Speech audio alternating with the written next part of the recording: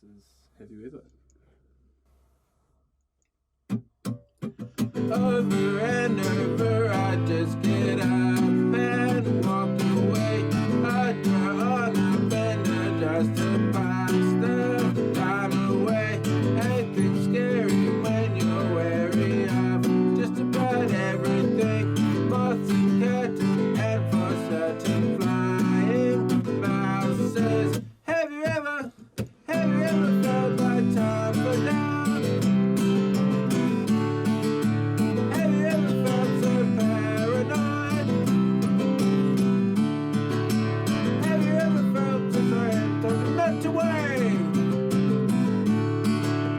Have you ever humbled through a cover because you never thought I would make you look so cute? I wish I had more look.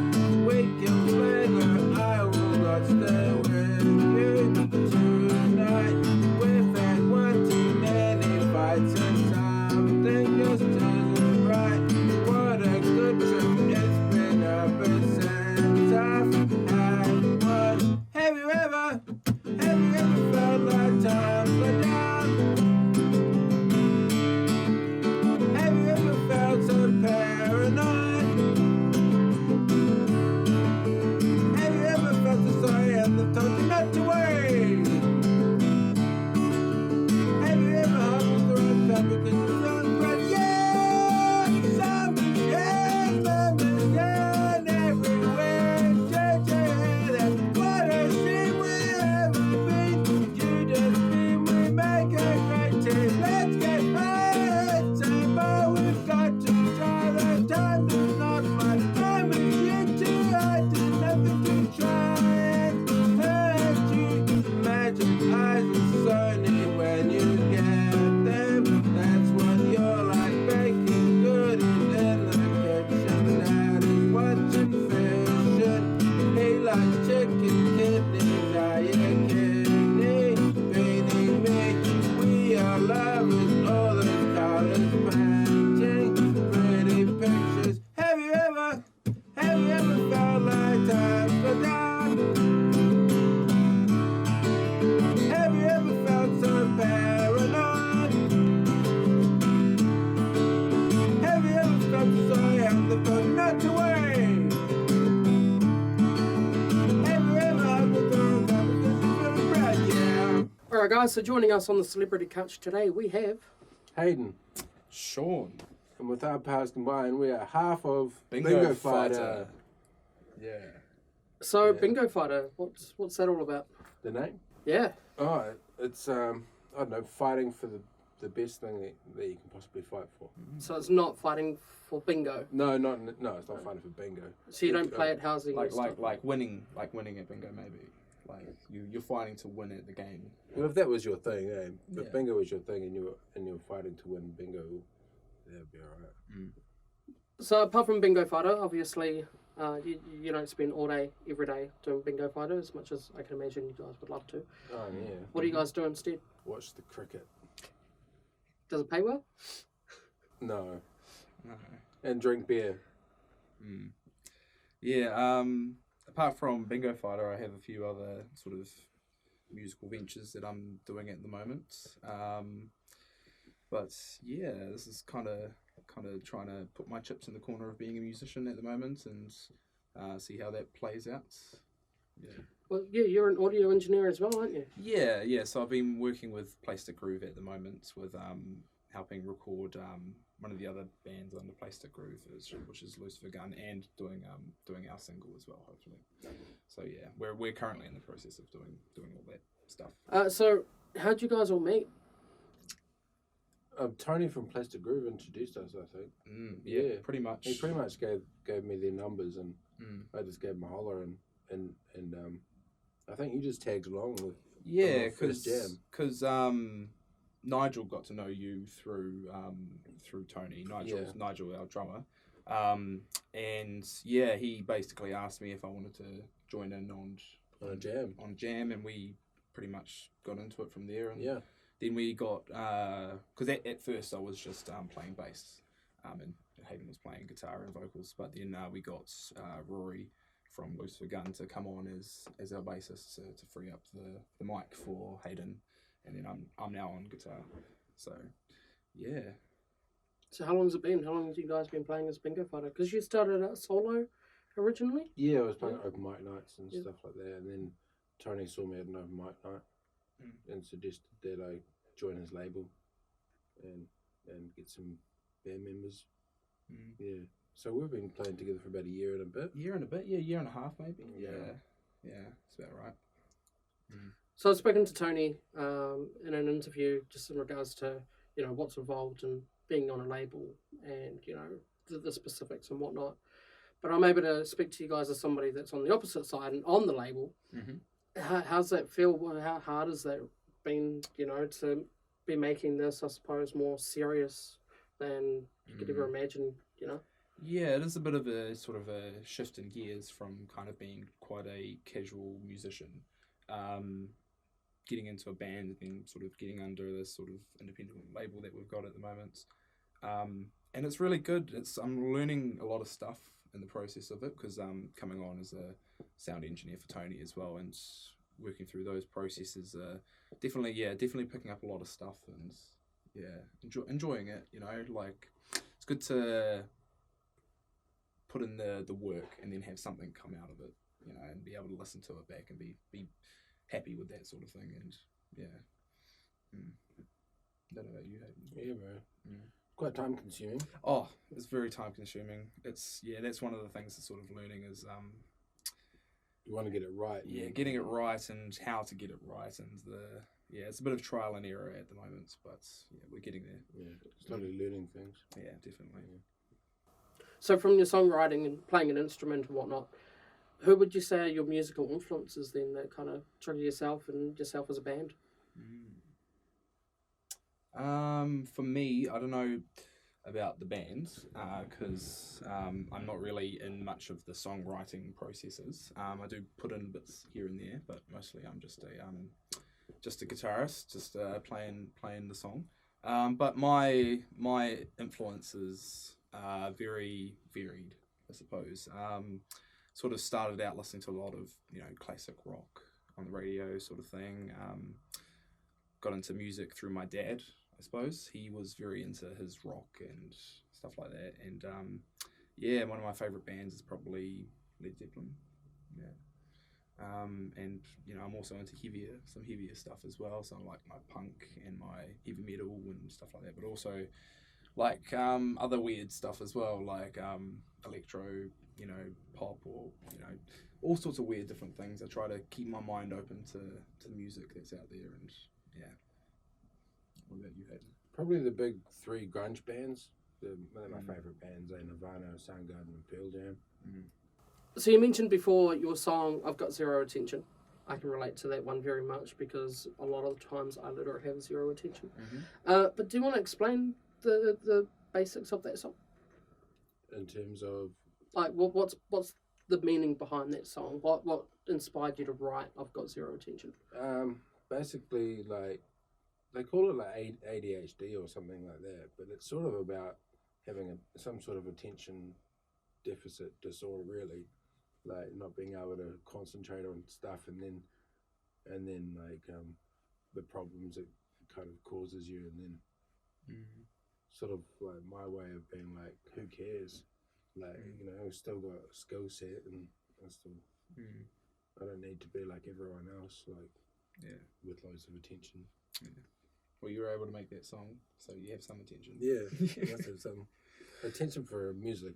Yeah, It's, what matters. It's kind of like, I think it was Leona Lewis or whatever, back in the day, there was a song, I'm Not Going to Write You a Love Song. Well, she pretty much did. You know, I got zero attention. Well, obviously, you got attention if you're going to write that song. You know, so it's like an oxymoron. It's a bit of ironic. Isn't it ironic? Yeah, it is. Yeah. No, that's right. Yeah. So, as Bingo Fighter, what's been the most iconic event that you guys have participated in? I don't know about iconic, but the most, I feel like our best gig that we performed at was probably Love Lanes. Yeah, that was great. One of my favourite gigs that we did. Well, Indie Fest was pretty iconic. Yeah, that was pretty cool. With Dion? Dion, yeah. Dion.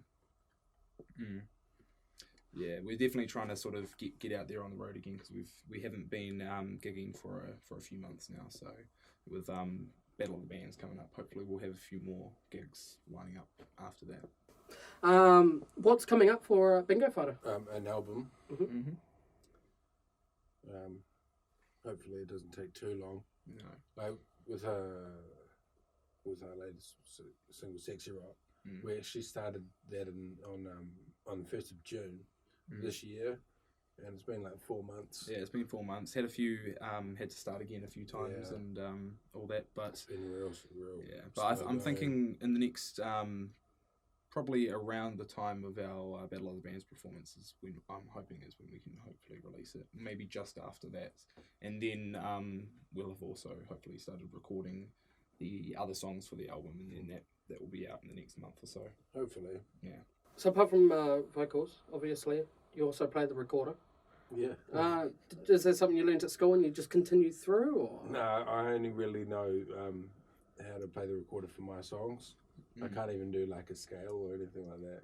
I'm honestly not a recorder player. I just like if there's a melody I need for my song, I'll learn the melody on the recorder. So why a recorder? Because I don't know, they just sound kind of nice. Different timbre. Instead of just singing la la la with my voice, it kind of adds another acoustic, nice timbre to things. I think what I liked about the use of recorder in the music was that it's kind of unexpected. That it's like people think of a recorder as being maybe overrated, or it's the thing you find at the bottom of your drawer sort of thing. Everyone might have one. That's right. Yeah, so it's like it's kind of giving a bit of prestige to it. Yeah, sort of bring back the recorder. Yeah. Yeah. I used to play recorder when I was back in my school days, and then it went to my sister, and I don't know where it is now. Yeah. So just before we finish up, I want to say firstly thank you very much for participating in entertaining interviews, and hopefully you guys have enjoyed listening to the words of Half a Bingo Fighter. Is there any final words you guys would like to add before we conclude the interview? You can like Axel's channel. Yeah, that'll be a good idea. He's do a that. very, very good interviewer, Axel is. Yeah, he's great. Yep, having fun. Definitely do that. Like and subscribe, and also check us out on Instagram and Facebook and all those different social media platforms. If you just search up Bingo Fighter, we'll be there. Definitely keep an ear out for our new music that will be dropping soon, and any other gigs would love to see you guys at. But yeah. So they opened the interview with Have You Ever, and now they're about to play a song called Kama Sutra. Now, what is Kama Sutra? Apart from the obvious, what is it in the song? What's the meaning behind that one?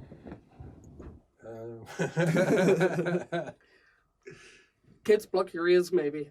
Probably be as vague as you want, man.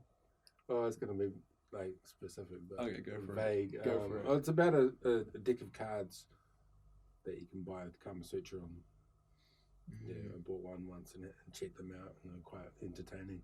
Yeah, like a joke deck sort of thing. No, they're serious deck, and they've got pictures of like a man and a woman doing all the different Kama Sutra styles. Oh yeah.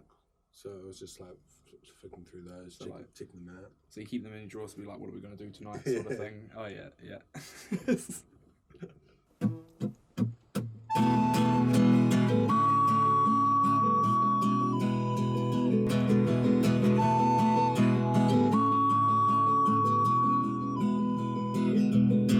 Replication, inspiration, fornication, inspiration, dedication, Kama Sutra doesn't teach. Have you got a problem? Then you welcome to the shit stand. I'm not sure it's just a guess. Kama Sutra doesn't teach. Took them self here, but I don't wanna be funny. I